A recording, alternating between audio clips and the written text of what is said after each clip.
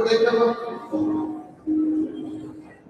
I didn't know it was a hot night, but welcome to the 2022 Greenville University Homecoming Banquet. My name is George Farmer, and I will serve as your MC tonight. I would ask at this time that you begin to find your seat, and we will start promptly in 1 minute.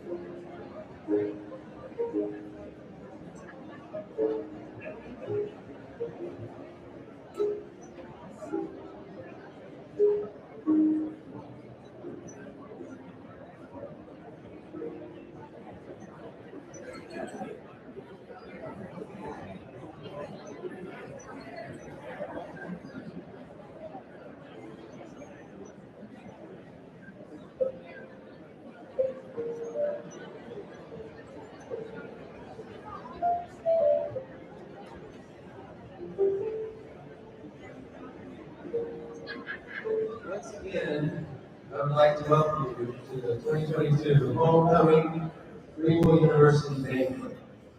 This time, after you find your seat, I'd like to invite Dwayne Neely, class of '98, who is also our Director of Alumni and Church Relations, to come to the front and welcome.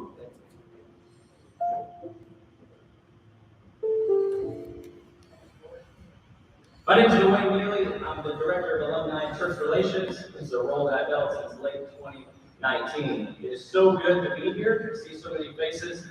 Many are familiar, many are people I don't know. But we have had a wonderful homecoming weekend. The weather has been perfect, a lot better than last year. And it's so good to have so many people on campus. To the award recipients, we are so proud of you for the way that you are representing Greenville University. Multiple teams, multiple alumni, and as you know, this is a joint event between the Alumni Dinner and the Hall of Fame Banquet. And we are just so proud of our alumni that are just absolutely killing it out in the world. So some of you may have noticed that this is what we're calling Homecoming and Parents Weekend. And so for you that are alumni, welcome home. And for you that are parents, welcome to the family. Suzanne?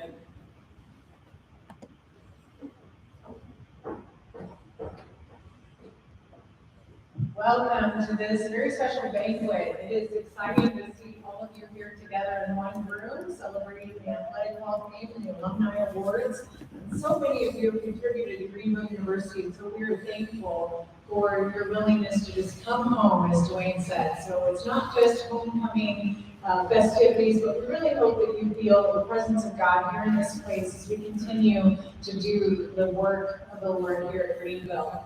Some of you know that we have launched into a new action plan, but really, it just goes towards the mission of the institution for 130 years.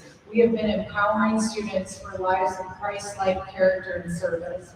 And we're just doing that in new ways, very innovative, interconnected to the local community, even a branch campus in Nashville, one in Dallas, and so really expanding our reach across the nation and across the globe and giving students that special experience, that immersive experiential learning that really helps them learn and grow in a team environment. And so many of you being athletes, we still have plenty of athletes on our campus. 65% or so of our students are involved in intercollegiate athletics. And so that is a big part of what we do here. And so we do want to recognize these athletes in that history of character and service that we have both on and off the field.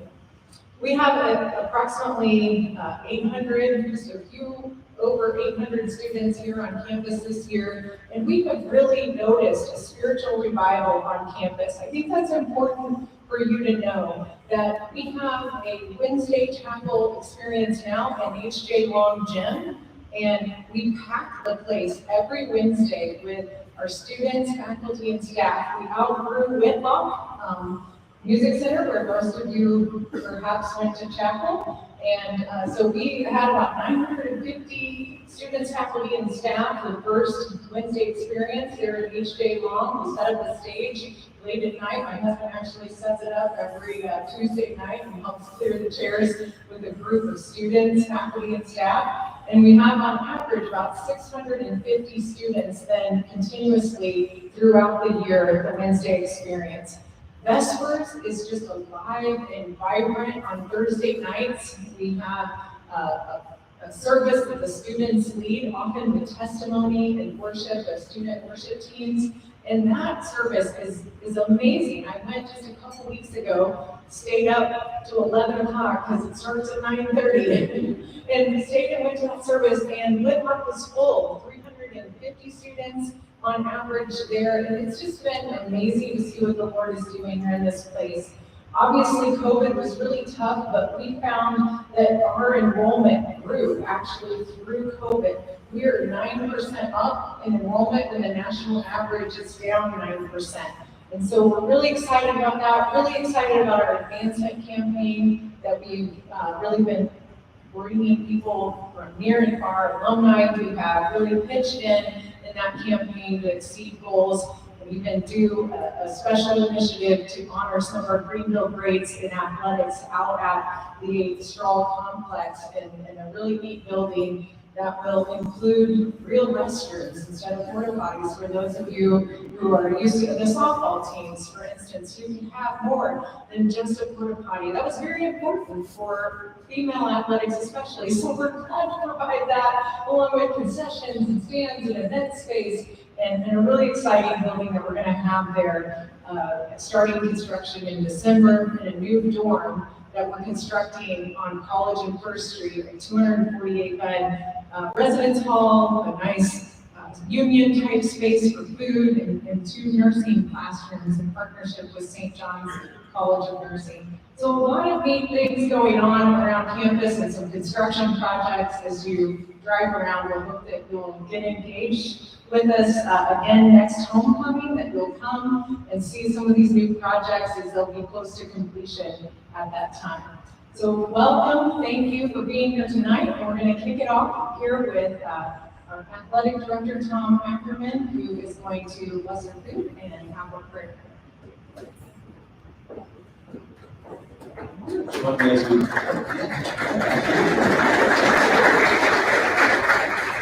Join me as we pray.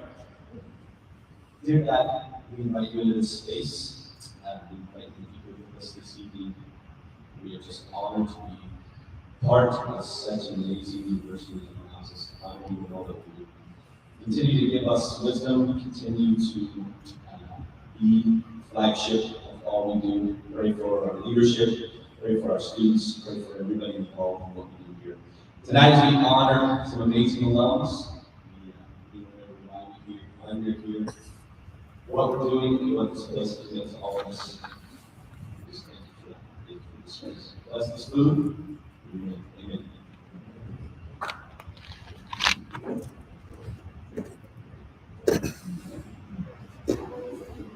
before dinner, we have a few items.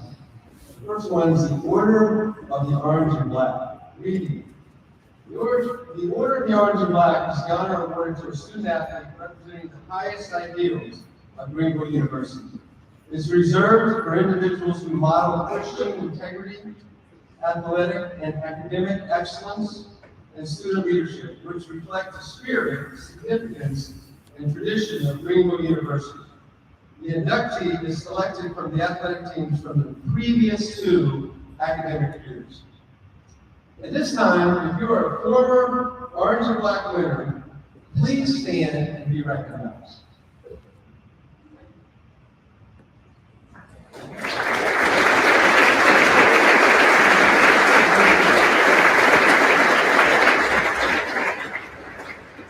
Thank you, and congratulations. At this time, Greenville University cross country and track and field coach Ryan Patton from the class of 1988 will introduce the 2022 Order of the Orange and Black inductee.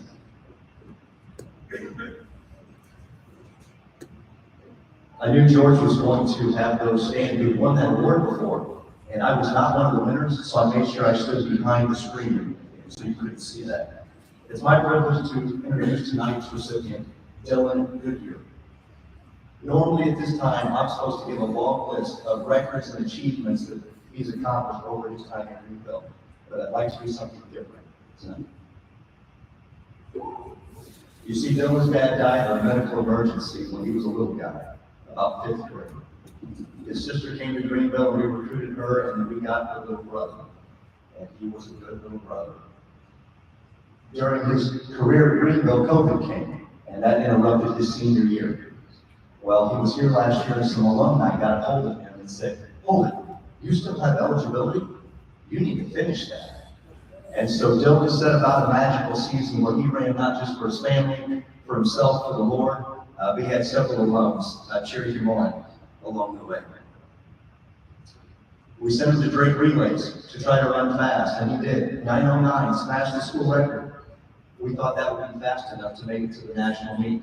But this year is the hardest year ever to make it in the steeplechase, and 9:09 wasn't going to cut it.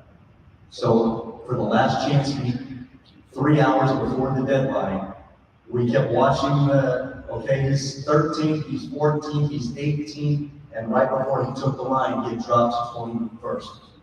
They only take the top 20. And so he had to take the line that night, and he had to run the best race of his life to continue this season.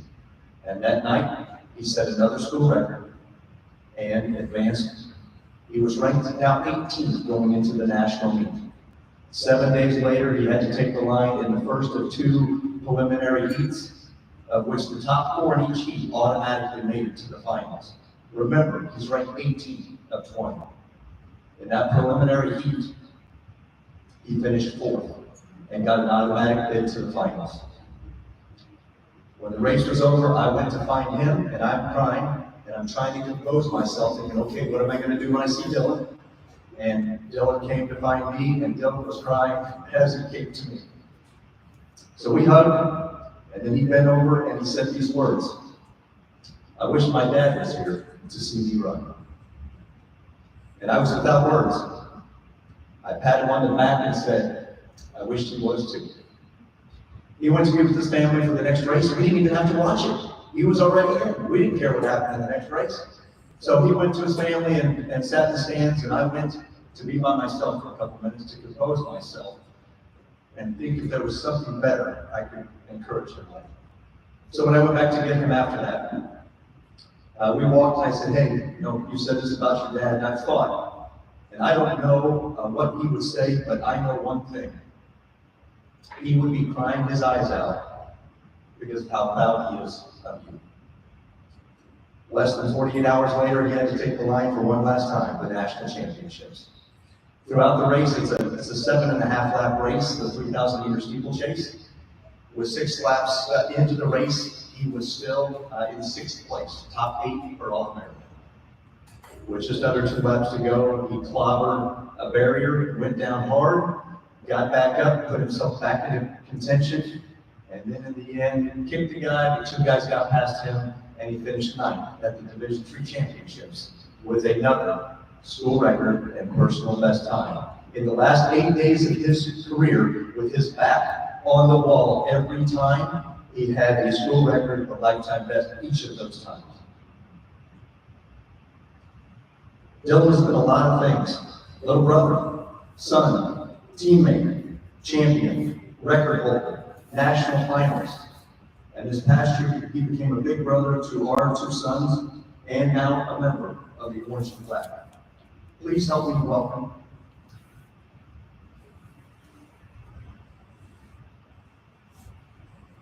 Actually, imagine you were his dad, and how proud you would be that your son is a Jesus follower who was a great student and a great runner, who can process pain as well as anyone I know, and who has no enemies. And then, would you help me welcome Dylan Goodyear to the podium to receive the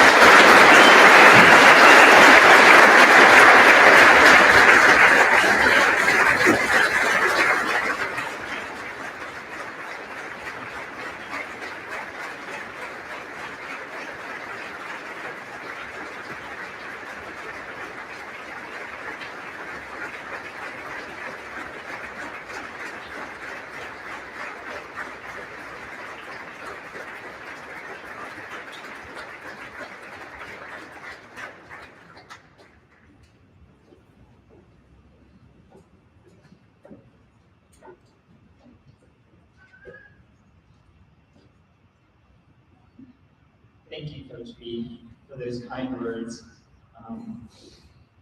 I didn't know what you were going to say for your speech, introducing me and everything. You have been an amazing coach, and you have always been there for me whenever I needed you. When I first found out I was going to receive this award, I had 2 thoughts come to mind. First, I get to receive an award that my fellow teammate Nathan Potts also received, someone who I have high regard for. Secondly, I was surprised. Am I even worthy of receiving such an award? It is an honor to be receiving this reward tonight. I can remember vividly on a run with Nathan and Caleb talking about how awesome it would be to get inducted into the Hall of Fame. I could have never imagined the way I would get into the Hall of Fame is by being nominated for the Order of Orange and Black Award. I'm very blessed and thankful for such amazing parents who raised me in the church and taught me to honor and love Jesus. I'm grateful that you always nudged me and my siblings in the direction of the Lord. I'm glad that you encouraged Brooke to come to Greenville, which opened the doors for me to come to Greenville as well. Attending Greenville and running here has been one of the best decisions I've made. Being a part of the team never felt like only competing and practicing together. It was like a second home. We were like family for each other. Just like a family, my teammates and coaches were there for me in the good times and the bad times. I could always count on them. We had many laughs and meaningful conversations at practice. There are lots of moments and memories I have where I could talk for hours. However, I'll just share a few special memories I have. Breaking the steeplechase record for the first time. Winning conference for cross country 4 years in a row. I think the team is at 8 wins straight currently. And then also making it to D3 Nationals for track. These are all amazing accomplishments, but it has more than just receiving an award or setting a record. The camaraderie of the team made it worthwhile. I'm appreciative of the guys and coaches I had while competing at Greenville. I know I can contribute the growth of my life to the people I surrounded myself with. Coach P, I don't know what to say or how to express my thanks and gratitude for all that you have done for me throughout my years at Greenville. I know no matter who has you as a coach, that they don't only have a coach, but someone who cares deeply about them as an athlete and a person. You care not only for their athletic career but also their personal life and growth. It is because of this that you have had many athletes continue to contact you years later after college saying thank you. Thank you, Coach B, for everything, and thank you, Greenville, for this meaningful award. I will never forget my time here at Greenville.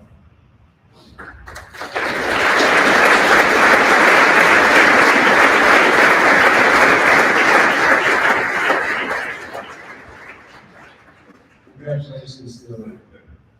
Just prior to dinner, we would like for those that are here to celebrate the 50th reunion of Greenville College, class of 1972.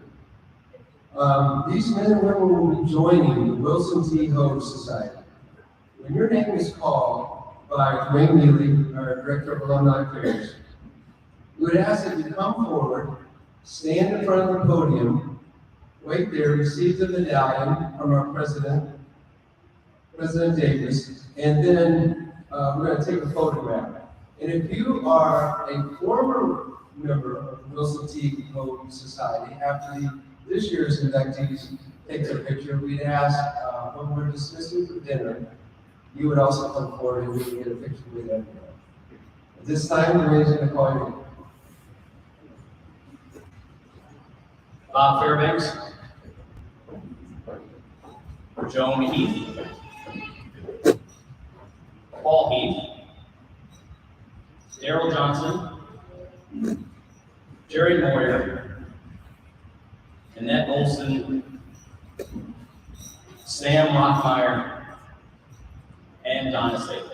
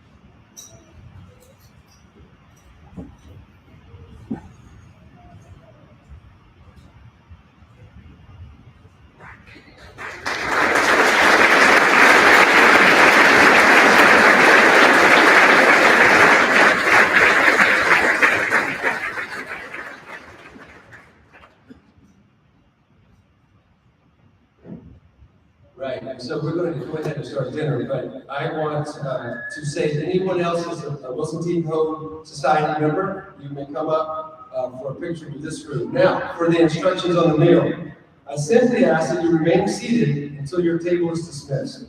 We have hosts and hostesses who will dismiss and direct you to the buffet lounge. Please enjoy our PowerPoint presentation that will scroll during this time. It includes slides that recognize Greenville University sponsors that have made this event and the weekend possible, and those who support throughout the year underwrite expenses of this weekend and the events during the year. It's now time to have dinner.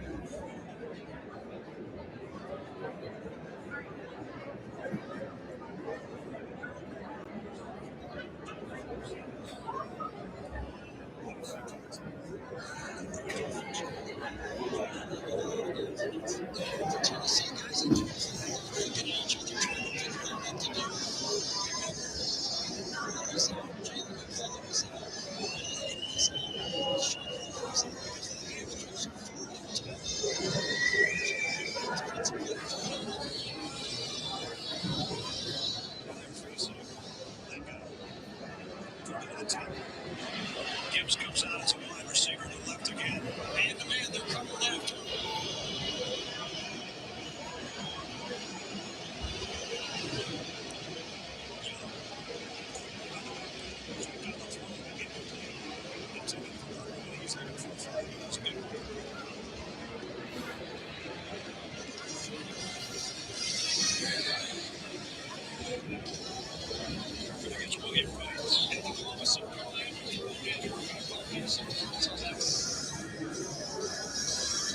So out comes Will Becker.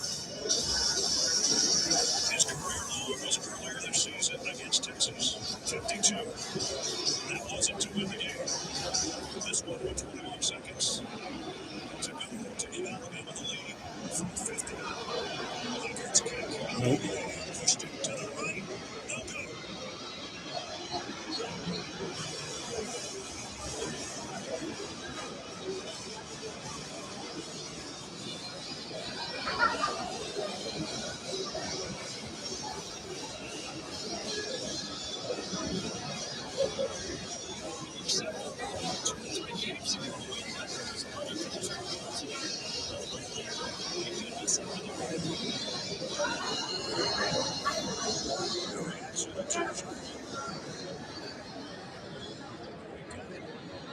Back. We'll have a chance at nothing else for overtime. Well, 15 seconds, they need about 35 yards. I would not believe anything. I would need to not with this game through. He's got 4 wide receivers spread across the formation. They've got 2 timeouts left. In the minutes. Scheme things. He got it to him without killing it. He's taking timeout. No. You don't have enough players. Here's your timeout right here. You don't have to go fast. Here's your timeout. You start thinking about the target line on the other end. Chase McGrath. See if they can get a field goal. They needed about 35. This one about 18 to 20. At the end of it. 9 seconds left. Right at midfield. 15-yard throw, and they're going to get a kick for a field goal. Chance to win the game. I would put my money on Kevin Hyatt. You need to really big play. You need a touchdown. You throw it. I guess that's 15 yards.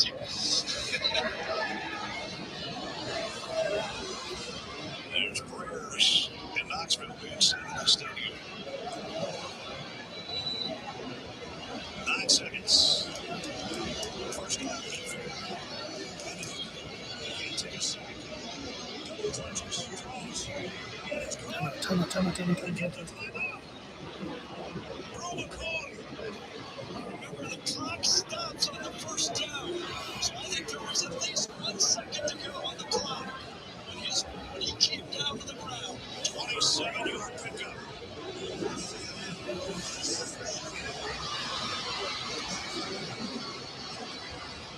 So now there's 2 seconds left.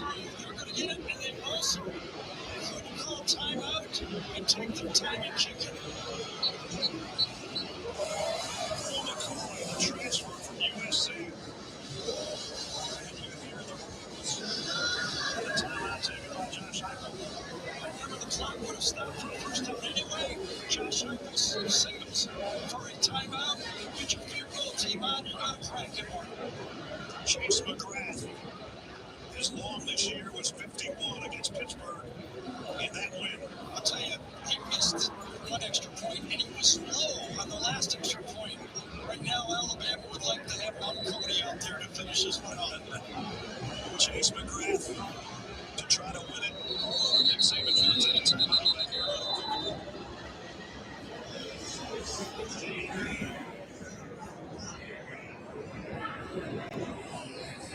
Most anticipated game in this part, in these parts.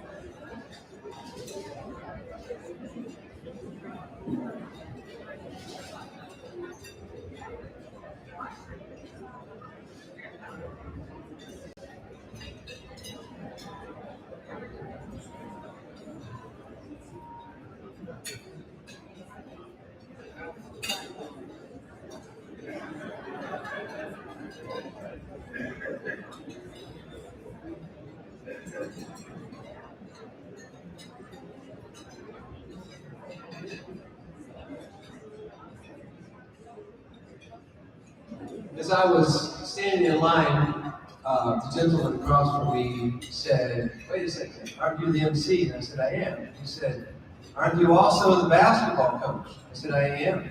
He said, "Isn't there a game at 8:30 tonight?" I said, "Yes, there is." He said, "Well, that's good news, because at least we'll be out of here by 8:30. So as we resume our program, I'd first like to direct your attention to the Greenville University Homecoming Weekend sponsors who have been recognized on our screens this evening. Each person in our audience has a sponsorship directory at their place setting that provides a little bit of information on each of these sponsors. We ask that you thank these sponsors when you see them, and we encourage you to support them in their businesses. We want to express special word of gratitude to Mosaic Family Wealth, HS Holy Family Hospital, CMI General Contractors, Intertech Global, the FMB Community Bank, Midland States Bank, and True Solutions for their executive marketing sponsorship of Greenville University Homecoming this year. Additionally, I'd like to extend a word of thanks to tonight's event sponsors. The names of these men and women are listed on the back of the program on page 12. Would you please join me in expressing gratitude to these table sponsors?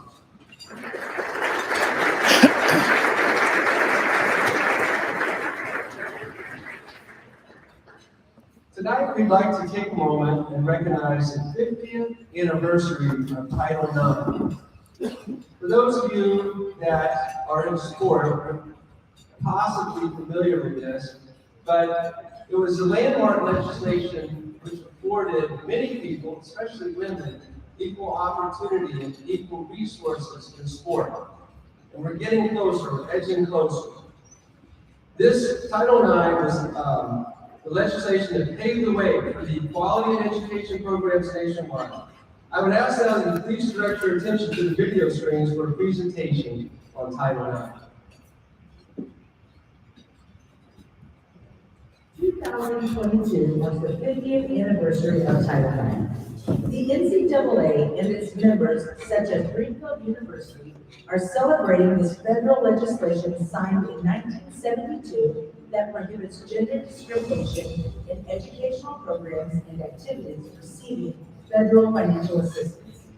John and June Straw arrived in the 1950s and pioneered Greenville University's efforts to create athletic opportunities for women.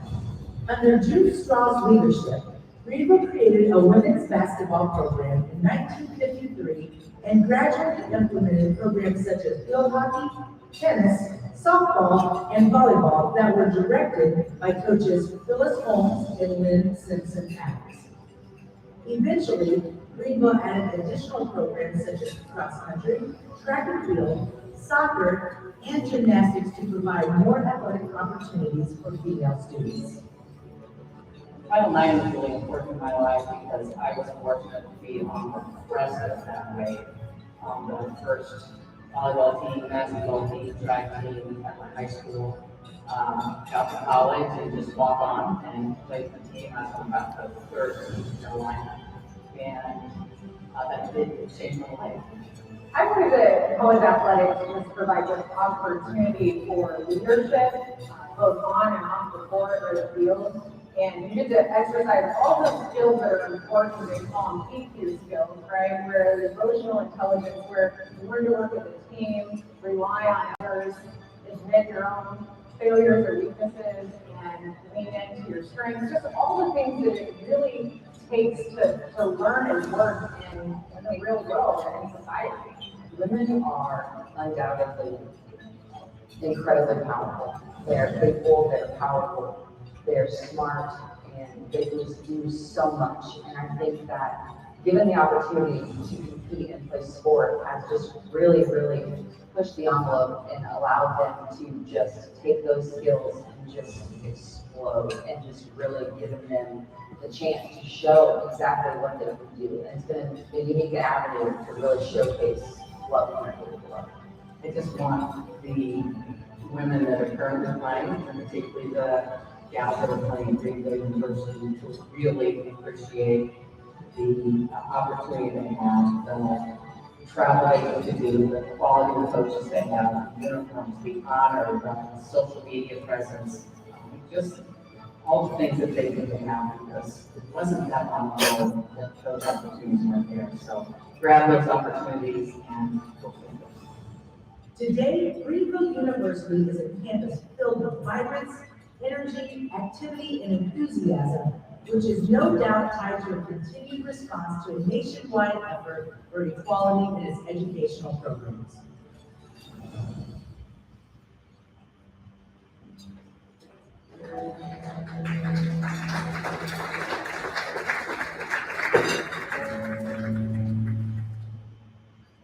You probably noticed that Coach Phyllis Holmes was referenced in this next video. She passed away this fall, and many of her former student athletes have returned this weekend to reminisce on her impact of their lives. Greenville University would like to express its appreciation for her life of service that continues to impact Greenville University to this day. And now it's time to recognize our special guests tonight, our Homecoming Honors Banquet honorees. Our first honoree tonight is receiving the Outstanding Young Alumni Award. If you have been a recipient of the Outstanding Young Alumni Award, please stand and receive our applause.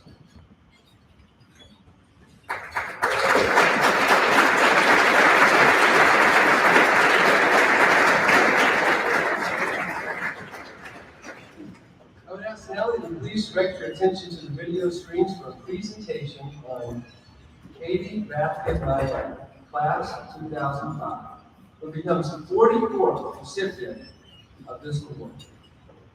Outstanding Young Alumna Katie Mayette is the founder and executive director of the Restore Network. The nonprofit organization recruits Christian households to serve as foster families, adoptive families, and support teams to foster children in Illinois. Katie and her husband, Ben, felt called to start the Restore Network in 2009 in response to the overwhelming need for more foster families in their area. Katie graduated from GU in 2005 and earned her degree in elementary education.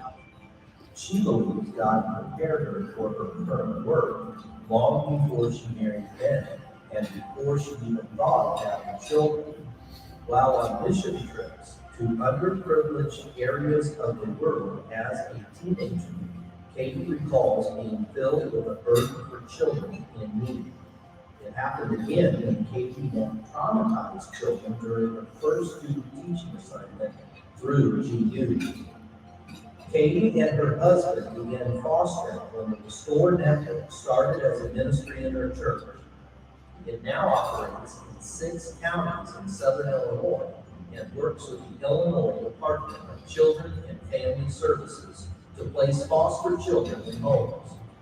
With the expansion to other counties, Katie and her team enlist churches in those counties to become partner churches in supporting the Restore Network and the foster families in their county. Katie and Ben are currently raising 6 children of their own and have spent 5 years as foster parents. Since starting this ministry, Katie has excelled in developing and spreading her vision to inspire others, raise up other leaders, and lead with grace and integrity. Congratulations, Katie, on being named Greenville University's Outstanding Young Alumna of the Year.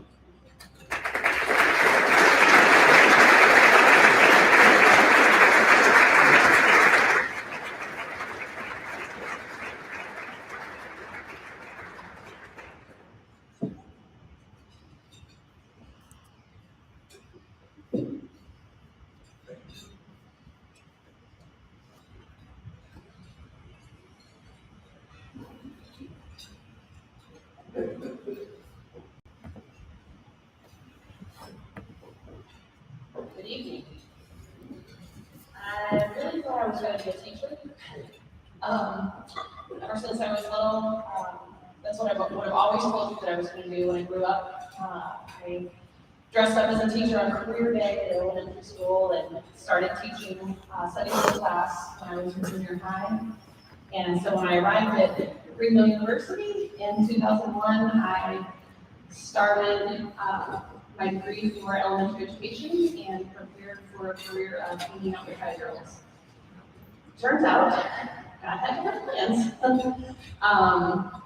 I don't get to teach kids how to do math or do read alouds after lunchtime, but I do get to be a part of teaching kids from really hard places that they are precious, no matter what their histories have taught them.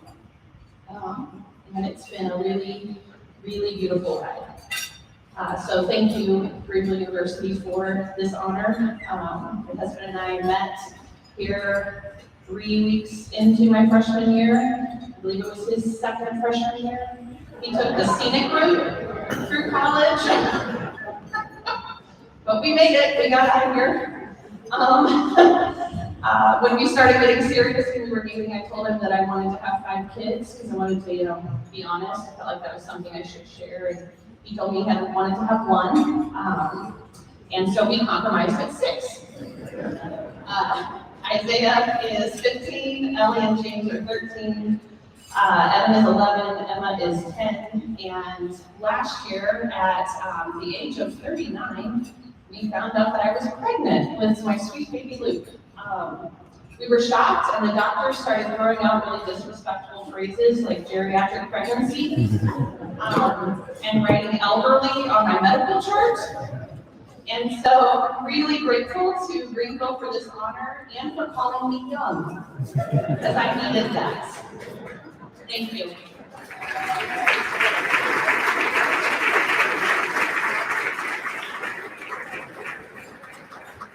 Congratulations. We're now going to transition to the Athletic Hall of Fame Awards in the team category. If you have been a member of the 22 previous team inductees into the Athletic Hall of Fame, would you please stand and receive our applause?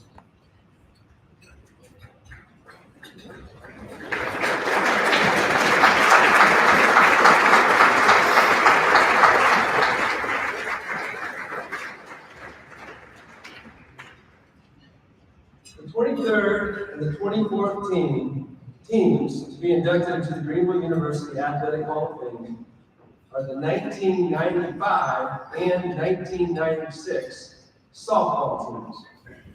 After a video for both teams, the head coach of both teams, Gary Goldsmith, will speak on their behalf. Let's turn our attention now to the video. The 1995 Greenville College softball team celebrated the steady improvement started under previous head coach Mickey Allen and first-year head coach Gary Goldsmith took the helm of the softball program for the 1995 season. Greenville ended with an overall record of 21-14 and an appearance at the first NCCAA National Softball Championships. The team posted Greenville softball's first winning season since 1989 and set the foundation for 2 more highly successful seasons on the 90s. The team was captained by senior Lori Cheek and sophomore Sherry Cromwell, and also led by seniors Annie Roth and chaplain Mona Rapp. The squad qualified for the NCCAA Nationals with a record of 20-6. Winning at least 1 game against all but 1 team on the regular season schedule. Junior NCCAA All-American Sonny Jones hit .460 in the regular season to receive honors as the team's Offensive Player of the Year, and Cromwell earned the Defensive Player of the Year award. Freshman Beth Lundy obtained the Team MVP award and joined Roth as a formidable pitching duo. Roth and Lundy combined for a no-hitter against Marion, and sophomores Julie Flanagan and Laura Lambert collected the team's 2 Golden Glove awards. Jones, Cheek, Cromwell, and Roth were NAIA all-sectional team members.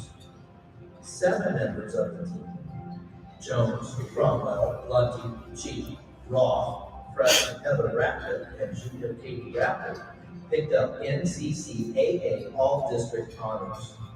Cheek and Roth were also named NCCAA Academic All-Americans. The team participated in a pair of postseason tournaments. In addition to placing 8th in the NCCAA Nationals, the team went to the NAIA Great Lakes Regional Tournament in Livonia, Michigan, where their season ended despite a regional victory over IU High. The Greenville University Athletic Department is honored to induct the 1995 Greenville College softball team into the team category of the Greenville University Athletic Hall of Fame.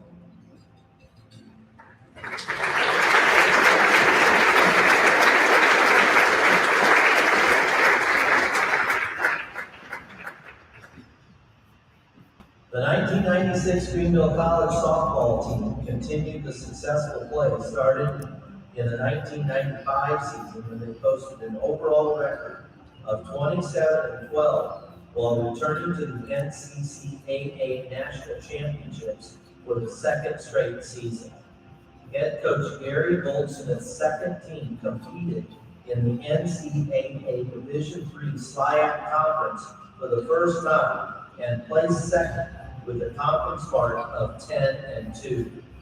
The NCAA hosted their second national championships in softball, and the Greenville squad placed 8th for the second time. When the team chose to play in the NCCAA National Tournament and bypassed the conference tournament, the team forfeited a Hall of Conference honors. The team had many significant highlights during the season. In March, the team turned a triple play against Illinois College with junior Kira Brickey, senior Sonia Jones, and junior Missy Setti combining for the rare feat. And in April, sophomore Beth Lundy pitched a no-hitter against Principia. Once again, Lundy was the team MVP. She pitched over 260 innings with an earned run average under 1.30. The Panthers had 336 as a team with 3 players performing over 400. Jones led the team with a batting average of .492. Junior Sherry Cromwell hit .450, and Setti posted a .411 mark. NCCAA All-American and NCCAA All-District honors went to Cromwell, Jones, Setti, and London. Cromwell also picked up an NCCAA Academic All-American Award. Juniors Kate T. Smith and Laura Vanderbeck received Team Golden Glove Awards. Junior Missy Volz was the most improved player and recipient of the Hustle Award. The team finished with a winning percentage of .692 and joined the 1983 to 1986 Greenville softball teams as the only squads to win as many as 27 games in a season. The Greenville University Athletic Department is honored to induct the 1996 Greenville College softball team into the team category of the Greenville University Athletic Hall of Fame.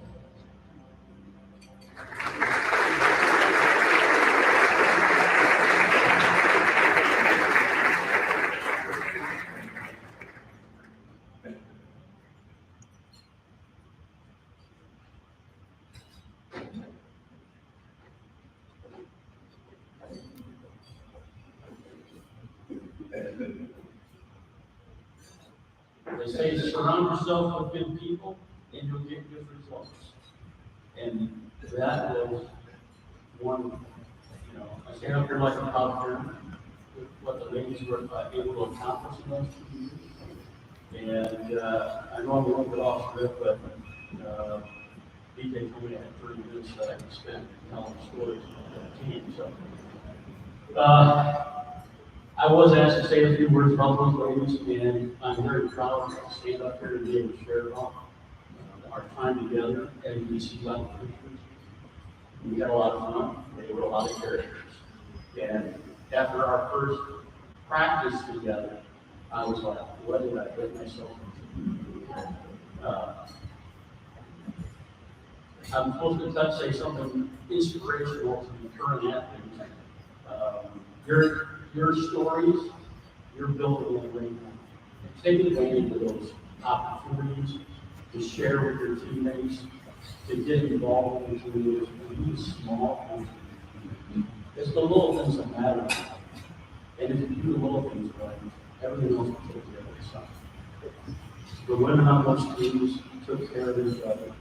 They paid attention to the little details of each other's lives.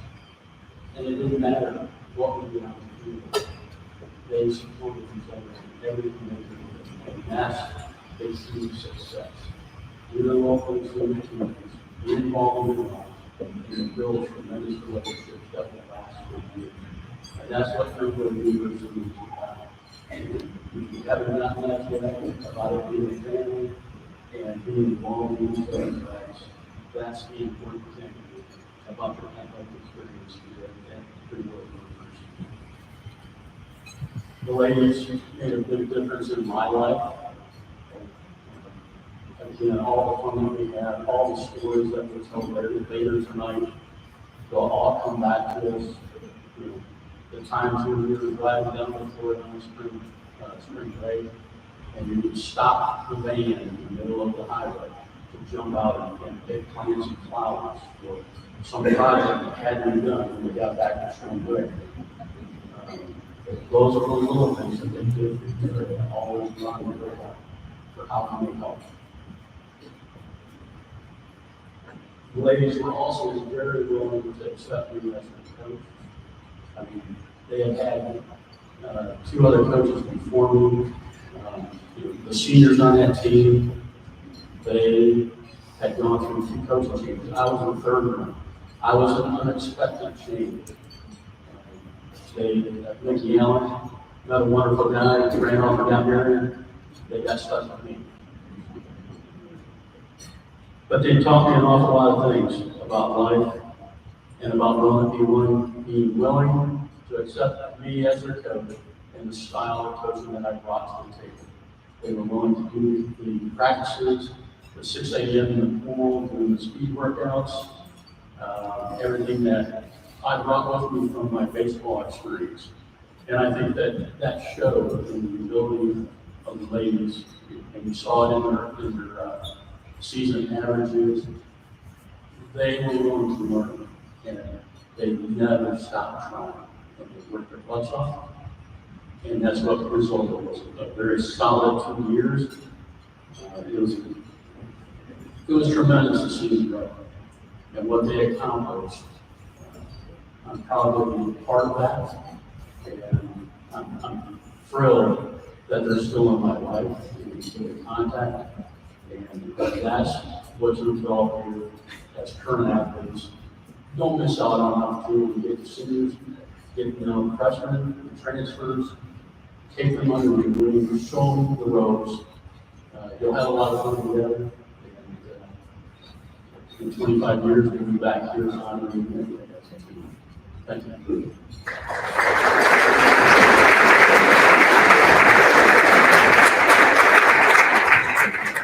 If there's any members of the 95-96 softball team, please come to the stage and take a quick picture.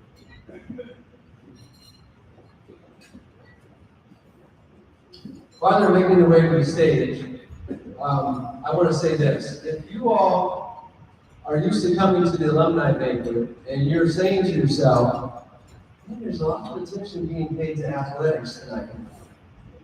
Or if you're used to coming to the athletic banquet and you're saying, there seems to be a lot of attention being paid to the alumni tonight, I want to congratulate you on noticing that fact. This is the first year that we're combining these 2 events. So we're going to toggle back and forth between some athletic awards and alumni awards. We'll get this picture out of the way, and we'll go to the alumni award now.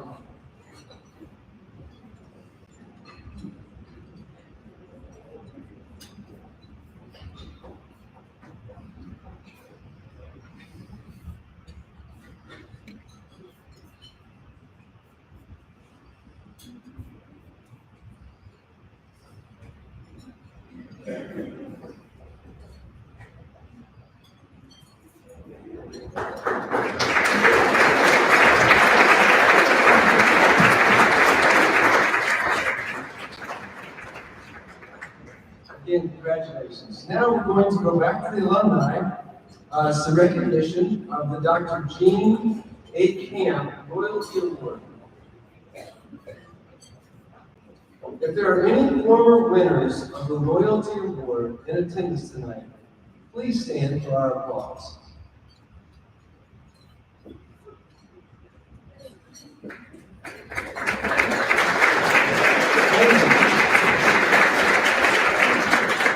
The 56th recipient of the Dr. Jean A. Camp Loyalty Award are Jack and Susan Orr Schisser.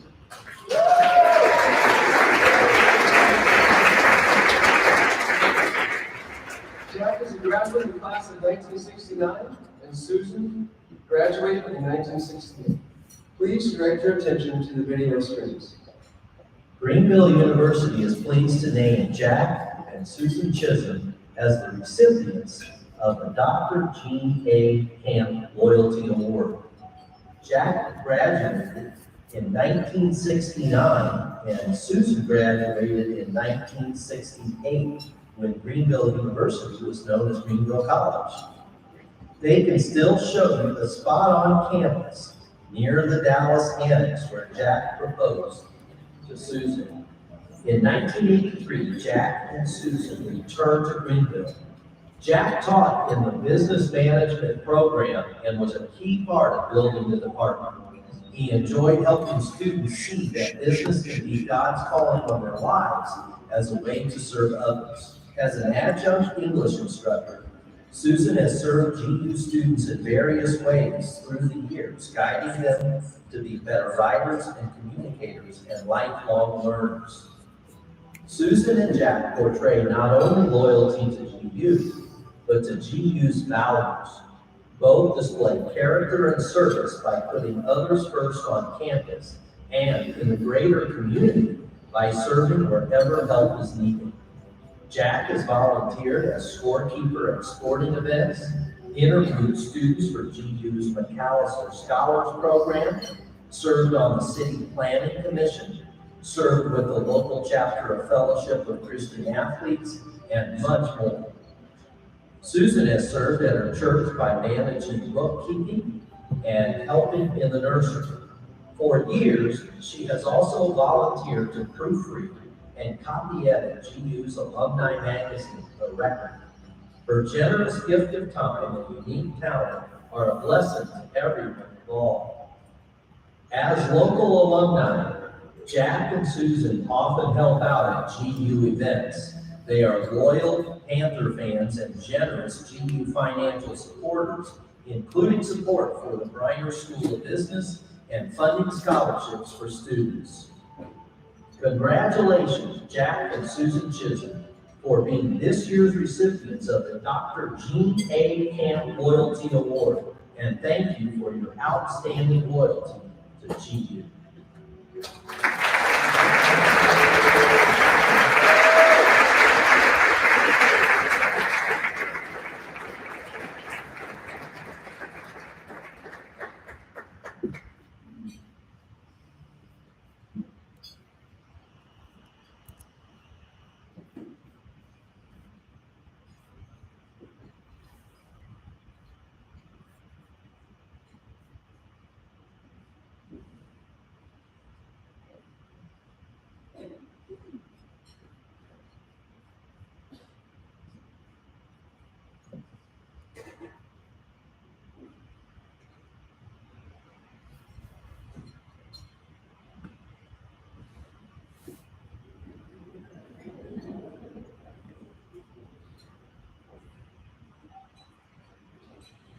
Nearly 40 years ago, Coach John Straw asked me to come and work in the alumni office.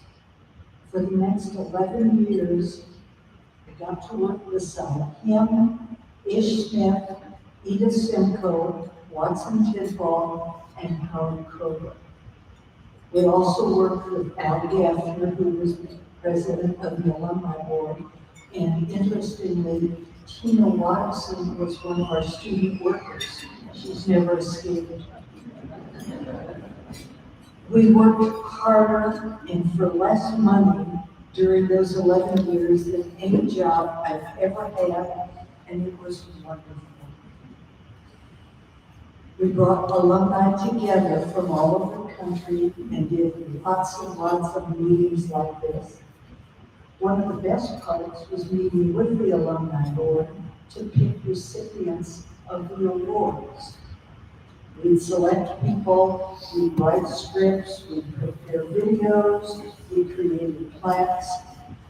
Sometimes the toughest part was getting the person there without their finding out about it. We've changed that now, and we tell people ahead of time.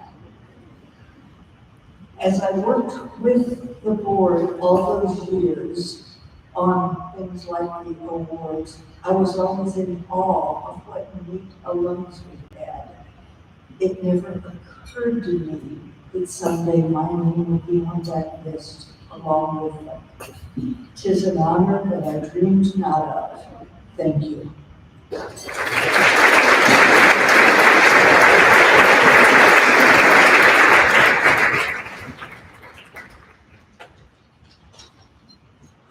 I was told to be.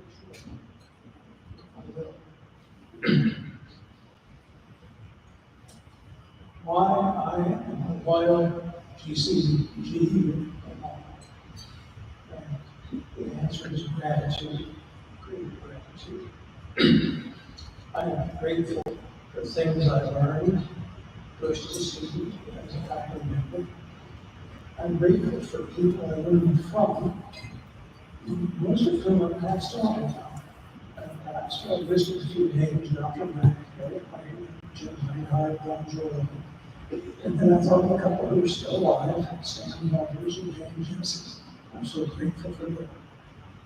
I am grateful, intimately grateful for the life I met at Greenville College.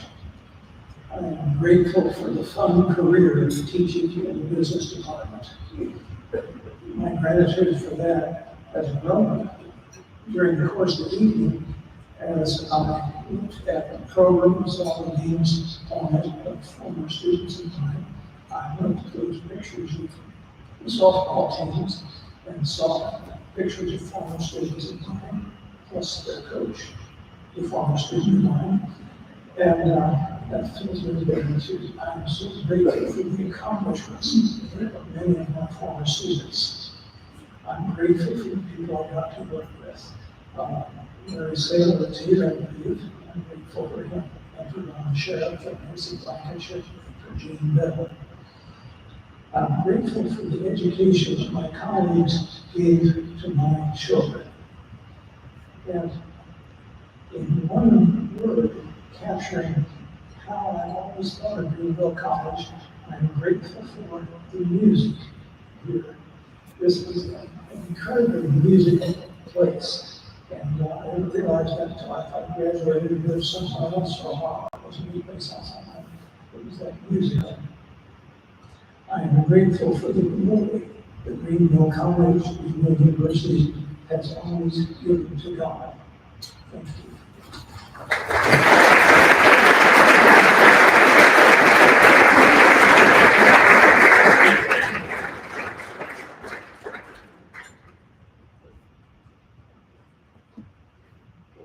Congratulations, Jeff. Tonight we are also honored by the presence of former Greenville University Hall of Fame individual inductees. There are 4 categories in which an individual can be honored for the induction. The 4 categories are athlete, coach, meritorious service, and pioneer. Would any former Greenville University athletic Hall of Fame individual inductee please stand and be recognized?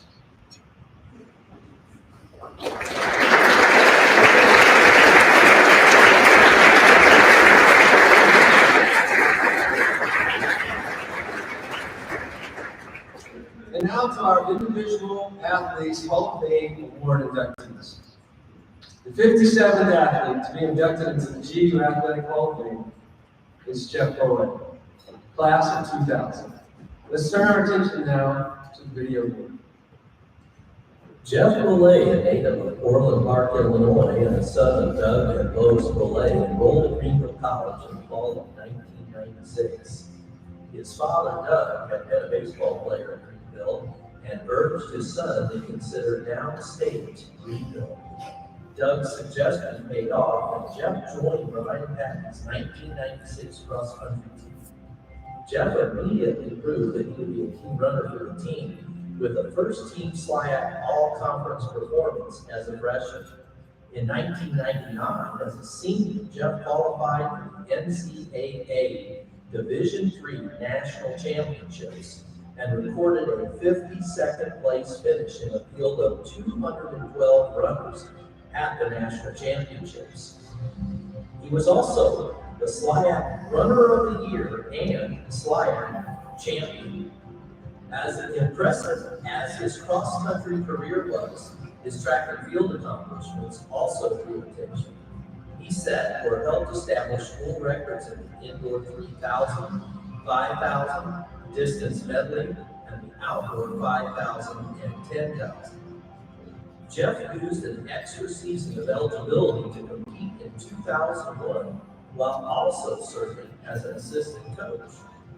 The additional year allowed him to become the NCCAA national champion in the indoor 5,000, and he qualified for the 5,000 meter run at the 2001 NCAA Division III Championships. He received the prestigious NCCAA Wheeler Award in 2001 and stayed at Greenville for 4 more years as an assistant coach. He received Greenville's H.J. Long Award in 2001 and the Orange and Black Award in 2002. He was inducted into the SLIAC Hall of Fame in 2009. Jeff, an English education major, currently resides in Longmont, Colorado, where he continues to coach runners and track and field athletes. He is married to Katie and has 3 sons, James, John, and Joshua. The Greenville University Athletic Department is honored to induct Jeff Below into the athlete category of the Greenville University Athletic Hall of Fame.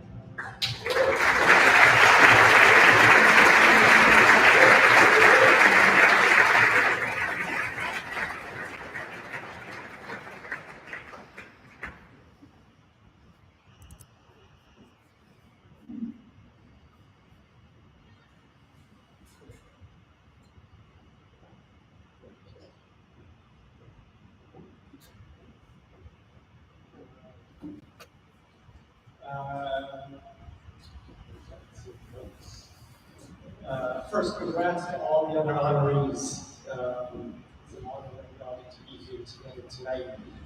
And Rodney, who did this 20 years ago, we don't have to share this.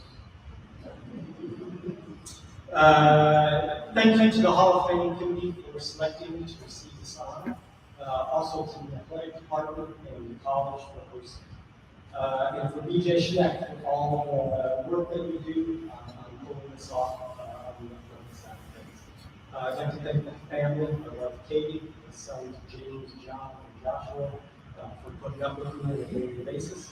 But more so for inspiring me and challenging me to be a better husband, father, and coach.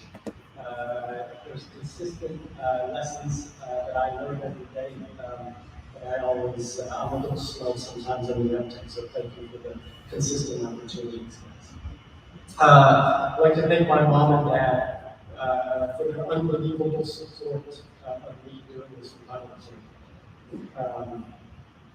I can think of a winter when I was in high school, and there was a couple inches of snow on the ground, and I just, got ready to go run, and just kind of nonchalantly said to my mom, I'll be back in an hour, I'm going for a run. And she said, okay. She didn't say, no, what are you doing? It's crazy, it's snowing. And she just let me go do it. And that's when I knew that this was going to be a thing. I'd like to thank my dad for his relentless pursuit of me coming to Greenville. He came here, as you heard the video, and that was the exact reason I didn't want to come. I was going to take my talents elsewhere. But I came down here in February. It was nice. It was not nice in Chicago suburbs ever in February. And he even set up a meeting with Coach Faulkner, because I played some basketball, and I think I remember telling Doug, I can play for you, but I don't want to. And then this cross-country coach and track coach who wasn't even at school, he was a CTA in his dad's office, came over, and we sat at the one great gym.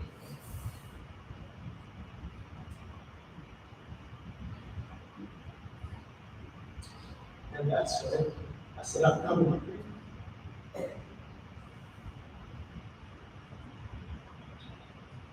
I'd like to thank some teammates, Mark Tice for challenging me more than I ever knew I could. Joe Namath, Sean Andrews, Jared Hart for being amazing teammates, friends. And a whole bunch of other people that I ran with that I can see 20 years out and just pick up a conversation like that. And it's like we never speak. I'd like to thank all the athletes I coached. There's far too many to name. But there's a couple here tonight, Josh, Trent, I saw Mary. So thanks for putting your trust in a young coach, and two, for pushing me to become a better coach.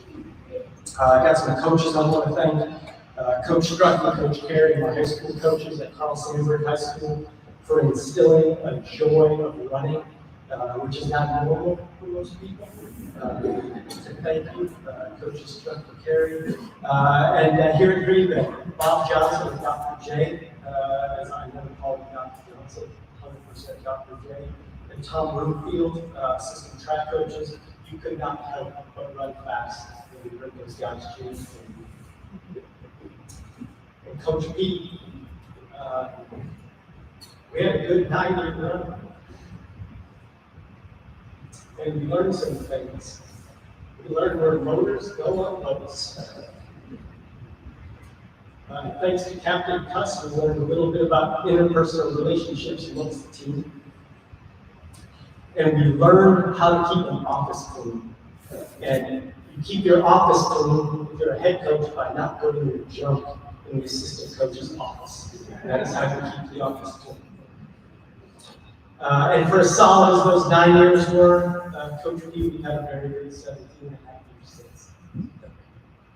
Thanks for your commitment to the team and to the athletes, for caring about us athletes and our athletic abilities, our academics, but most importantly, our eternal well-being. Thank you for your example and friendship. DJ's starting to sweat because I'm still talking, and I didn't send in my script ahead of time, and I did really wrong. When Tommy called, told me that I was getting this award, I had a lot of thoughts go through my mind, and the one that stuck was, do I really deserve this? I was never an NCAA All-American or individual champ in the Catholics here in Greenville and Space, the cross-country track program, more track. Since I've left, I no longer have any school records. And there's been multiple athletes that have qualified for national meets in multiple sports, so I'm not unique in that anymore. But I'm here, the plaque has my name on it, so I guess I'm going to take it. But in all seriousness, I'm glad that I no longer have school records. It shows the trajectory that the program has been on. And that started before I was here, and that has continued to go since I have left. With raised expectations, the bar is set higher for current and future athletes. And I'm glad that I could be a part of that and nudging this program in the direction that it's going. When I think about the direction of my life, it has had more twists and turns than I would have ever guessed. This has been in sport, but also in that journey of life. And there have been constants along the way with all those twists and turns. But the most profound that took me a long time to fully realize was Christ's love for me. He has always pursued me, even when I didn't want him. When my priorities are elsewhere, he still loves me. And this is the same way that he loves each and every one of you. So when I think about something I don't deserve, it's that love. But like this Hall of Fame award, I'm humbled and grateful that I have it. Thank you.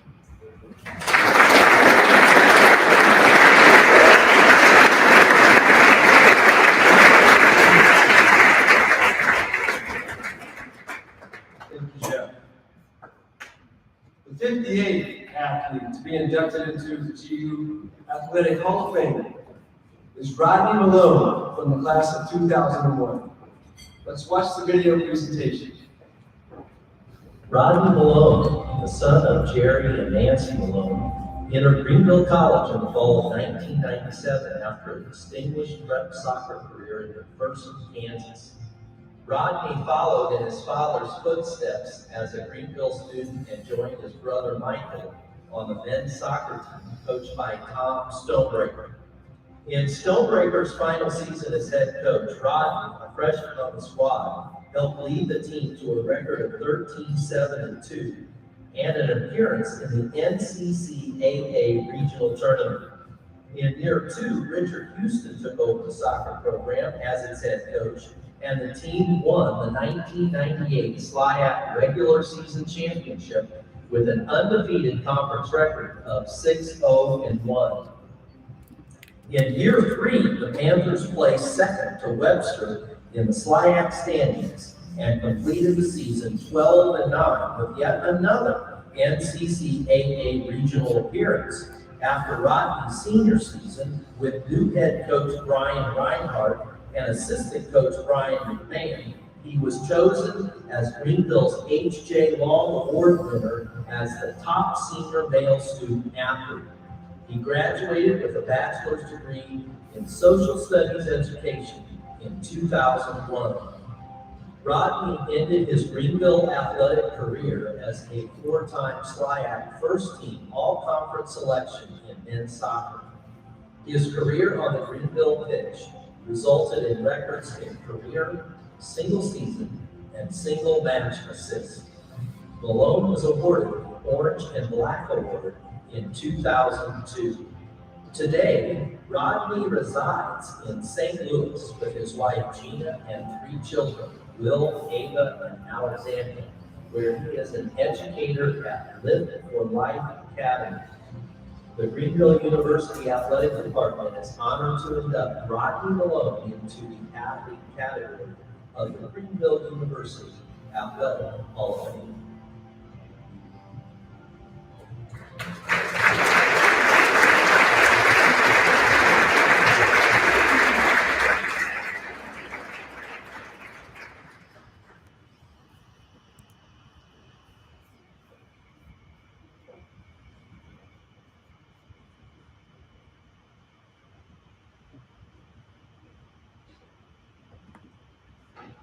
Jeff's got me thinking about all kinds of stuff. The first is, he says he plays basketball. I've known this guy for over 20 years. Not once have I ever played basketball with him. And I know that Tom Ackerman plays good basketball because we play pickup games all the time in this gym. Where were you, Jeff? Where were you? And the second thing is, I watched the guys soccer team play this afternoon. And so Jeff starts talking about, I don't know if I deserve this, I don't know if I deserve this. All these guys are broken his records. Sure, that's true. But I watched the men's soccer team today. They're way better than me, Jeff. Way better than me. It's not even close. So we know you deserve this award. I know I don't. And then Coach Gary already started hitting on some of the highlights of what it means to be in a team sport. Certainly softball qualifies, track and field qualifies, but perhaps nothing is as team-oriented as soccer. So anything that happens to a player is always in the context of the team, and certainly anything that happened to me was always because of the people I was with, because of the players I was with, and because of the coaches that were there. So I have to thank them most. First of all, Tom Stonebreaker recruited me, first-year coach. The last coach I ever had at Greenville was Reinhardt, who I thankfully got to see today. But the third and most important of all the Greenville influences for me and for many of us was Dr. Richard Houston, a friend, a mentor, a soccer mind, and someone who loves this campus and its students so dearly that he leaves a lasting legacy on whomever he teaches. So thank you to those three gentlemen. Second, I want to say thank you to the teams that I played on. Jeff knows very well because we all warmed up for every practice on Scott Field together, the cross country and the soccer team. The guys that we played with were some of the kindest, hardest working, and frankly, smartest guys you'd ever meet. On these teams, there are 2 or 3 different MDs, 2 or 3 different PhDs, and even on campus today, Dr. Ben Wayman was a teammate of mine. He's in the religion philosophy department, and Dr. Mike Hoffman is also a teammate of mine. These guys are still at Greenville, and they're still touching people's lives. So I do have to thank the most important teammate I had, my brother Mike. Wave your hand. He played a couple of years up front, and he scored a lot of the goals that ended up counting as assists for me. So thanks for doing that. But let's be fair, he got way more passes than he scored. So whatever number it is, it's way too low. And I hold him and Pancho Weber responsible for that entirely. No, that's true. Thanks to Paul Donald, godfather to some of my children. Not only did he run Agape Music Festival for 2 years and become a young alumnus at Greenville College, but also he's one of the best friends anyone could ever ask for. His loyalty is unsurpassed. Did I mention he's the godfather of 2 of my children? So Paul, thank you so much for all of your love and care and commitment over the years. Your friendship means a great deal to me. Thank you to all the other teammates that I had. I could name half a dozen right here, but I'll just very quickly mention Josh Percy and Dave Robertson's names so that way they're public and everyone knows that they were thanked. And then finally, I'll thank my family. My father, Jerry Mullen, for those of you who don't know, is already an inductee into the Athletic Hall of Fame for things that he's done in the course of his life, almost entirely exclusively soccer related. Dad, thank you so much for giving me this game, for giving me the time and attention that the game deserves, for the love of team sport, and for the kind of character that it can create, not only in myself and my brothers, but also in my children. Thank you. Mom, you taught me how to be a soccer mom. Maybe if Title IX had happened a little bit earlier, we wouldn't have to settle on soccer mom. We could have been, athlete mom or something like that. But that's just the way these things have gone, haven't they? Thanks to my little brother Brett, I would have passed you the ball, but you can't shoot. And you're also too little anyway, so it doesn't matter. Oh, he's like 40 years old now, so that doesn't count. Thanks to my kids for being here, Will, Eva, and Alex. I love watching you play soccer. Right, Alex? She doesn't play. And to Gina, I loved you as a teenager. I loved you as a young adult. I couldn't love you more now. Thank you so much. And my final comments are about Greenville. Thank you to this place. There's debate in our educational system about what education means, about what it means for someone to pay for an education, whether you're in the public schools or private schools or now universities, and everyone wants to know, is this going to get me a job? Is this going to get me a job? Is this going to get me a job? Dr. Manoia taught us a long, long time ago that the liberal arts are an education that liberates and frees the mind and the soul to do exactly what it ought to do. And Greenville was that place for Gina and I. It liberated us in a way that gave us a safe space to ask all of the challenging questions that we were begging to ask. And then, because of the mentors like Richard, like Rick Peak, like Craig Boyd, like Ruth Houston, they gave us the kinds of answers that we needed to go on and live as faithful adults. So thank you to Greenville College's liberal arts education for giving us the opportunity to love God with all of our heart, soul, mind, and strength. And Greenville College's soccer team was no small part of that education. Thank you.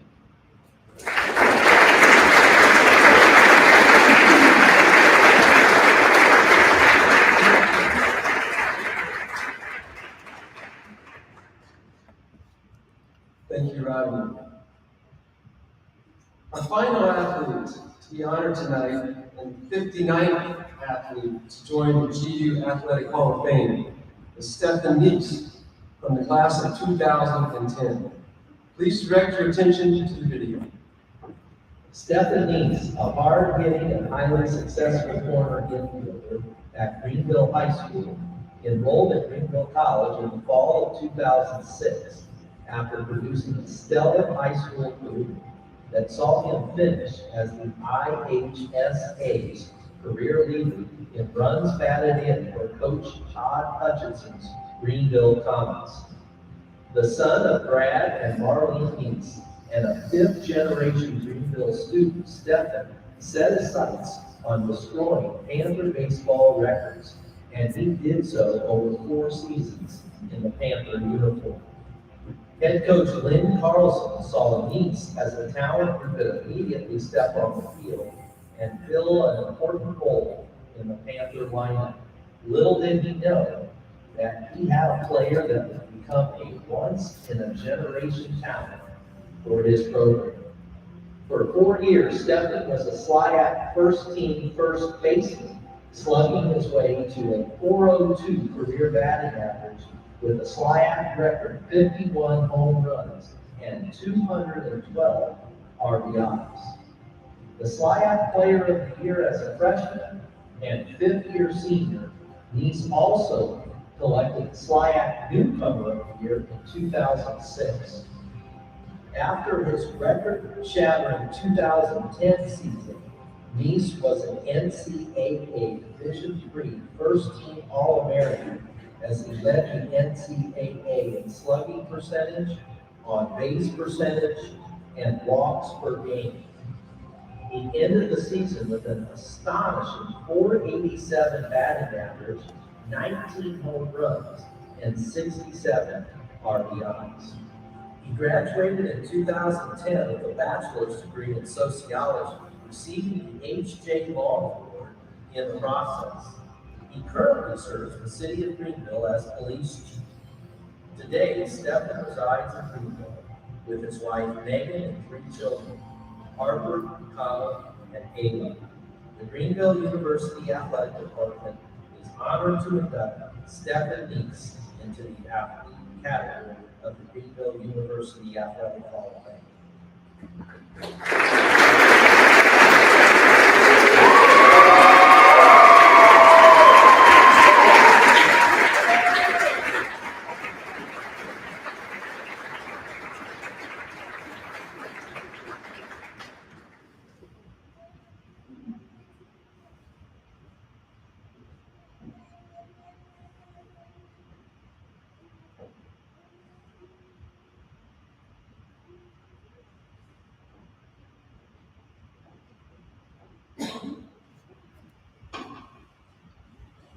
Kind of in a unique situation here. There's some important people from the city here. Got the city manager, Joanne, here. Yvonne, head softball coach, and councilman. And of course, Mayor Barber over here. Hopefully this speech is not included in my yearly performance evaluation. I've been to 4 or 5 of these, I guess when they were just the sports banquets over the years. And one thing I really enjoy are these videos. Throw some pictures or videos on screen with some background music or narration. I love that stuff. But I'll admit I was a little worried about my video. Earlier this week, DJ FaceTimed me because he thought there was a picture in my video that wasn't actually me.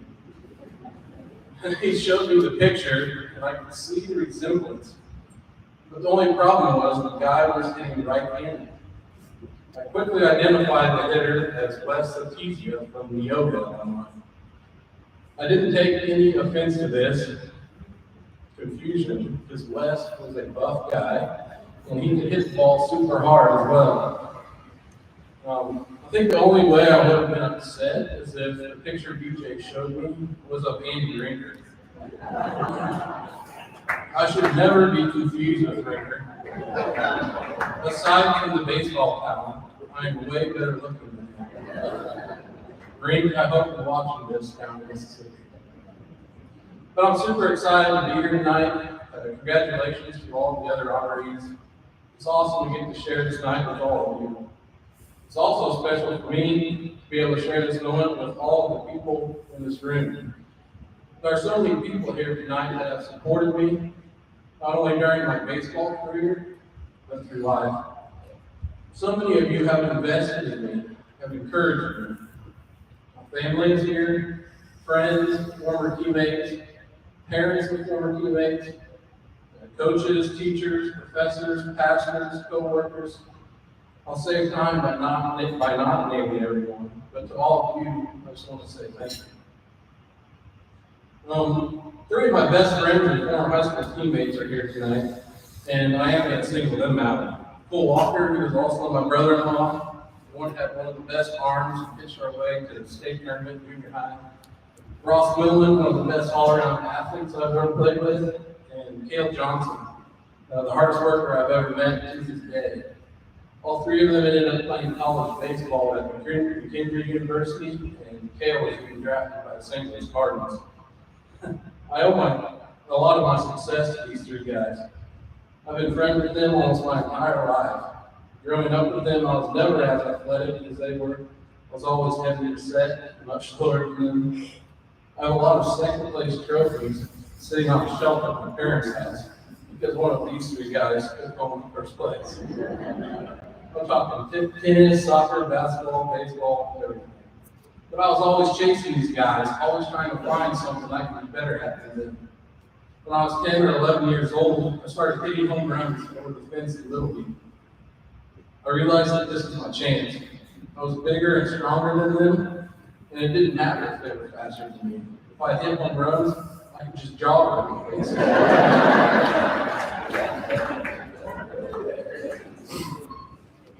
I saw this as my opportunity to be the best at something. And from that point on, I just became obsessed with hitting home runs. I would play home run derby in my yard, what seemed like every night until it was dark. You hear people talk about hitters that have a natural home run swing. That was me, but it was because I constantly tried to perfect my swing. I found that swing at such a young age, and all I did the rest of my career was just continue to replicate that. As Cole Ross, and Cale sit in front of me today, they can still say they're better than me at both sports, but I can say with confidence, I have a lot more hitting reports than they do.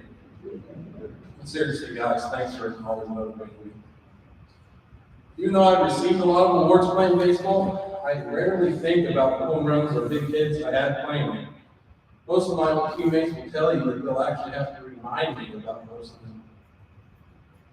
But there is one thing that happened while I was playing for Coach Carlson that I remember clear as day, and I probably think about it once a month. My super senior year, I was only taking a few classes of that, and I was working part-time at Greenville over in landscaping.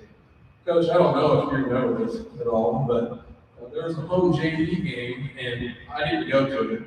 Every other varsity player was there to support them, but I didn't go. I was already married to my beautiful wife, Megan, and I was just trying to make a little bit of money to help us out. I don't remember if Coach called me directly, but I was working and I found out that Coach was upset and that I wasn't there supporting the JV team. So I ended up leaving work and I went to the game. I always felt like I was a good teammate, not a selfish guy, but in that moment I was not being a good teammate. And Coach called me out on it. The lesson I learned from that and still think about today is that it's not about me, it's about we. As a leader at the police department, I always think about that incident, and I constantly remind myself that it's not about me. It's about the team of officers and dispatchers that I work with. It's ultimately about the people who serve their community. But this is what I love about playing for Coach Carlson. It didn't matter if I was leading the nation in the hitting category. He cared about me as a person and didn't want me to lose sight of the things that really mattered. And I don't know if there's any baseball players here today, but hopefully you all see that and Coach as well, because he treats all of his players like that. But this is just one example of someone looking out for me. Coach Carlson didn't want me to lose respect for my teammates, so he called me out. I've had so many people at this college and in this community that have kept me on the right path, whether it was as a baseball player, a student, a father, a husband, a friend, or a coworker. I've had so many people that have been there to support me. Anytime that I was going through a rough time in baseball or in life, or being confronted with something that I felt like that I couldn't get through, there's been someone in this room that has been there to pick me up. And that is what is special about this place. You don't have to do it all on your own. For those of you that are students or student athletes, I pray that you realize what you have here. You have a community that is willing to do life with you and be there for you during your most challenging moments. Before I finish, I just wanted to address one thing that has come up a lot since college.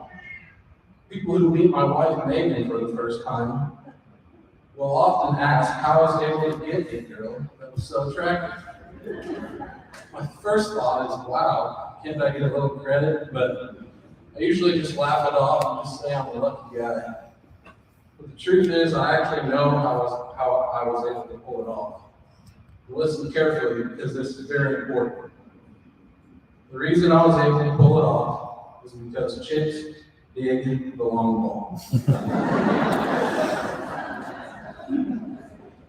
Once again, thanks to all of you. It's such an honor. I'm so blessed to be part of such a prestigious group and such a great university.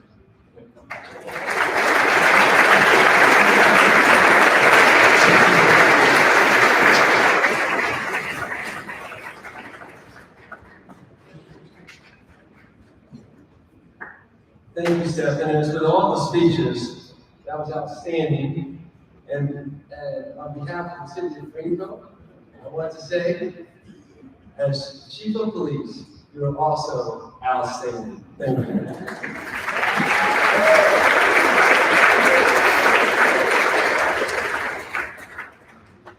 Tonight's final award is the Distinguished Alumnus Award. Tonight's recipient is the 87th person to receive that honor. If you have been a winner in the past of the Distinguished Alumnus Award, please stand and receive our applause.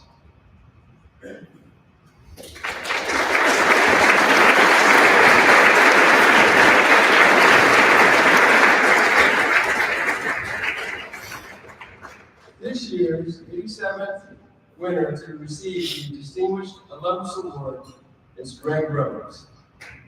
Now please enjoy this video of this year's winner. What defines a distinguished alumnus?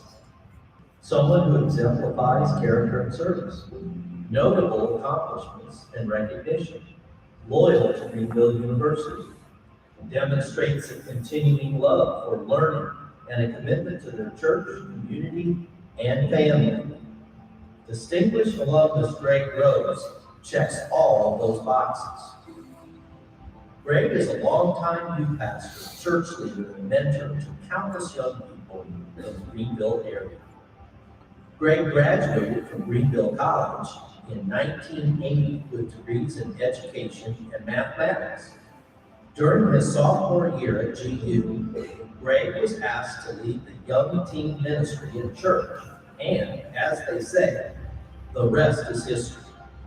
He was ordained as an elder in 1987 and served as the Gateway Conference Board of Administration Secretary from 1996 until 2008. Greg received an award marking 40 years of service this year at the Gateway Annual Conference of the Free Methodist Church. Greg serves as youth pastor at the Greenville Free Methodist Church, where he's ministered to youth and their families for over 40 years. He continues to organize and lead events, including adventure, bike, canoe, and mission trips.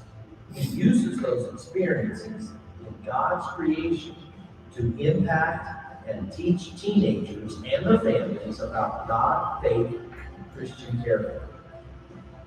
Greg has also served as adjunct professor at GU, preparing students for future ministry. He supported GU students financially for almost 40 years and enthusiastically participates in university and public school events, attending games, concerts, theater productions, and more. He served for many years on the Durham Camp Board, including Youth Camping Committee, Programming Committee, and Treasurer. He's an active member of the Bond County Ministerial Alliance and the Youth Alliance. Congratulations, Greg, on being named Greenville University's Distinguished Alumnus of the Year.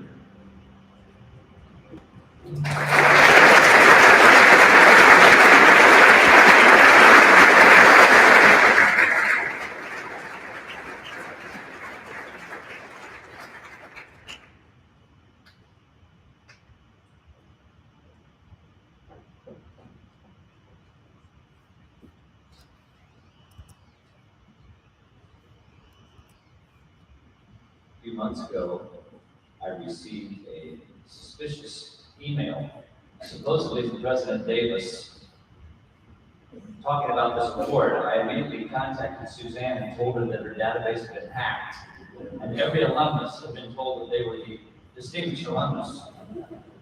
True story.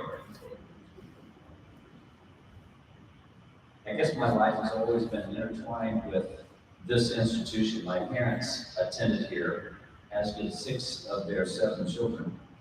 I met my wife Sue here. We graduated together. Our 4 children all took classes here, although 2 have graduated from other institutions. They all married Greenville College grads, and of the 10 of us at that table, 6 of us have worked at Greenville College and/or university. Yet I'm sure there are other families that are more connected than what we are.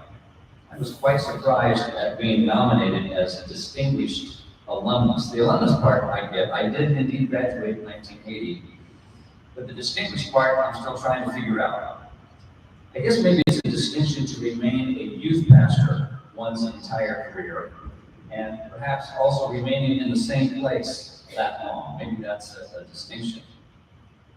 When I was attending Greenville College, pursuing a math major with Galen Peters as my advisor and teacher, he was quite upset that I would leave a promising career in math and sink so low as to be a youth pastor.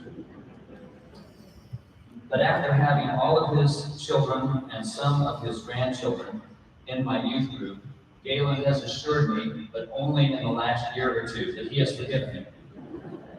So I stand forgiven and I feel good about that.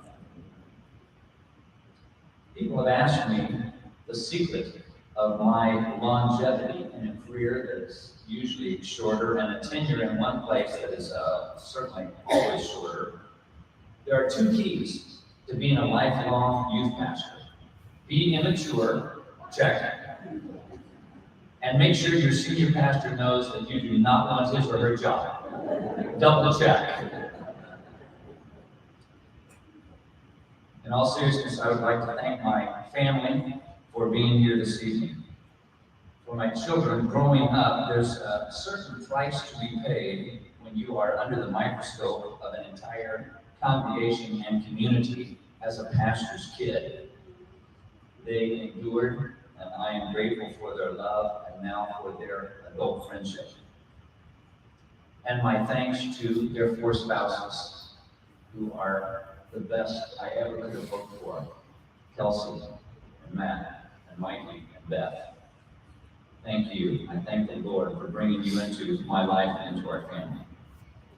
But my greatest thanks goes to my wife, Sue, who has had to put up with the youth pastor's schedule for 40 plus years. Before we had children, I had a weekly youth commitment 5 nights a week, besides all of the special things added to that. When Sue became pregnant with Stephen, our oldest, I promised her that I would give up one of those evening meetings, which I did. When Hannah came along, our second born, I gave up another one of those evening commitments, and I continued that pattern with Sarah and then with Silas finally. At that point, I told Sue that if she would up the ante from 4 to 7 children, I would never be gone in an evening again. She passed on that offer. All those of you who are parents of multiple children, you know the challenge when your spouse is gone for an evening or for a day or 2. But Sue has had to shoulder that burden for multiple weekends every year, week-long camps and conferences, and summer trips that would last 2 weeks plus.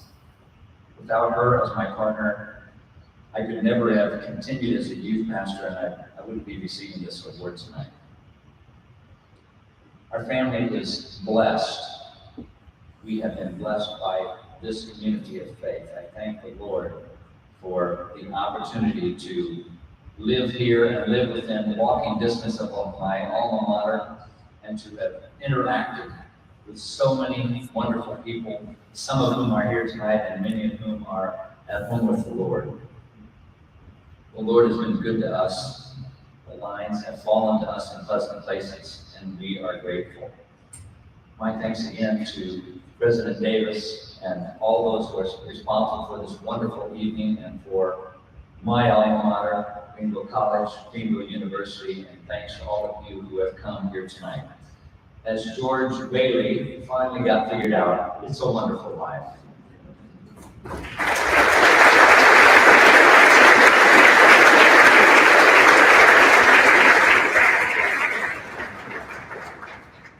Thank you, Greg. Thank you for blessing so many of our children and many children and students in our community.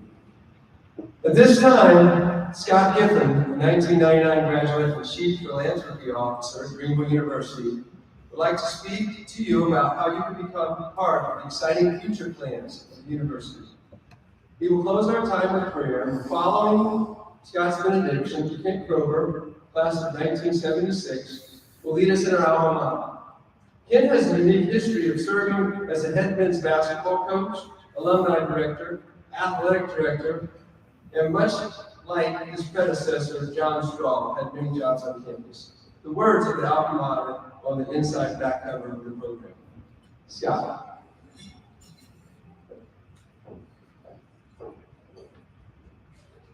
Thank you, Coach. Some of you may be asking, what in the world is philanthropy? What is a Chief Philanthropy Officer?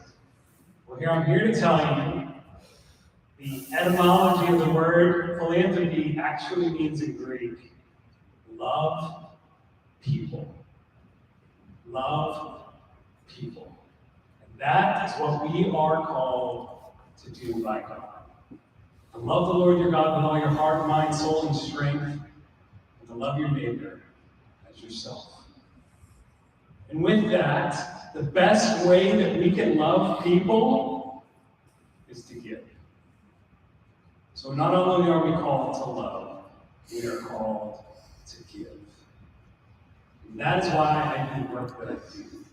My work is to help you love, and I love it. I love it. They say that the hardest part of giving is giving. The hardest part of giving is giving. So I'm going to make it really easy on you tonight. Everyone will give tonight. Whether you gave a gift this afternoon, whether you gave a gift last week, whether you gave $10,000 already this year, tonight you will give again.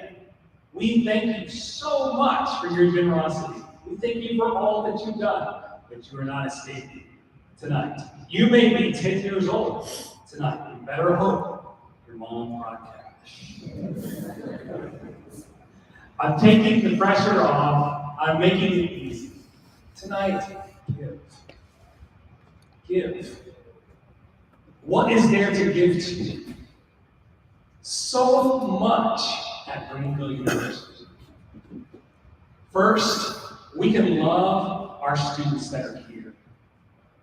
They are in desperate need of scholarships every year, and this place goes out of its way and sacrificially gives to those students to make sure that they can be here every single year. Join us. Join us. Give to those gifts and scholarships that those students receive every year. We are giving to a legacy. We are building an incredible athletic facility out of the football field, the baseball field, the softball field. Well overdue. Not only is it going to have restrooms and locker rooms and all those things that we probably should have had for maybe a century. Besides that, It's a way to honor legacy. It's a way to honor legacy.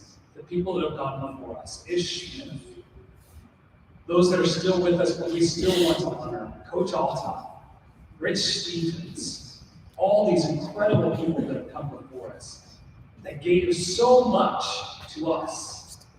Now is the time to give to them. And don't just give to current students, don't just give to the past. Give to the future. Give to the future. Because there are students that are in high schools and junior highs across this nation that don't even know that they're going to be coming to Greenville University. And they will be able to come to Greenville University because you, what you do, right? So I'm going to make it really easy. You don't have to decide whether or not you're going to give.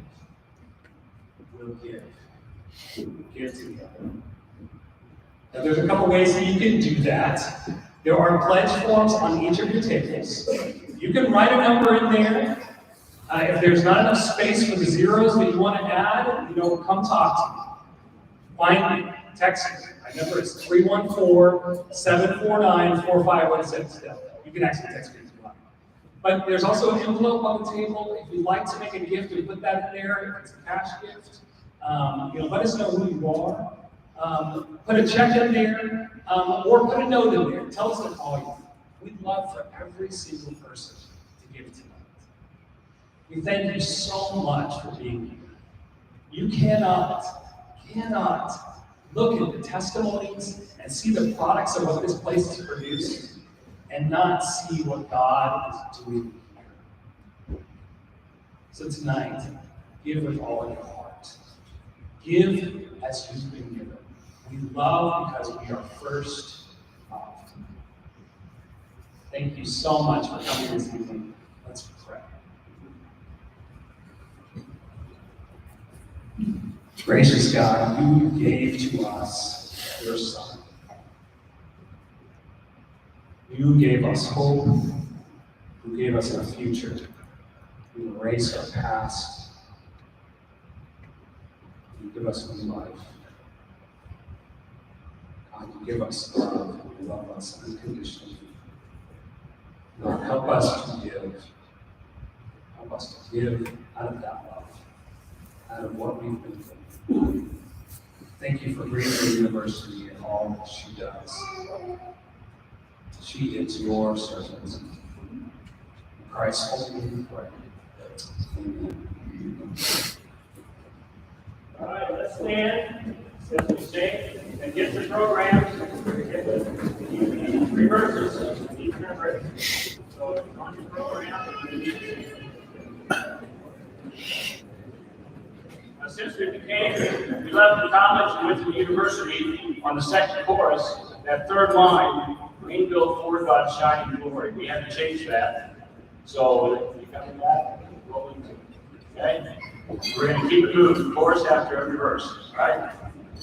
In the midst of rolling prairies, neath skies of blue, stands our own altar, glorious to view. Swell the chorus, feed it onward over vale and hill. Hail to thee, our alma mater. Hail, all hail, Greenville. Let the chorus swell in anthems loud and far and long. Greenville for God's shining glory, ever be our song. Swell the chorus, feed it over hill and hill. Hail to thee, our alma mater. Hail, all hail, Greenville. Though from here our path may sever and we distant roam, still alive the memory ever of our college home. faded onward over hill and hill. Hail to thee, our alma mater. Hail, all hail, Greenville.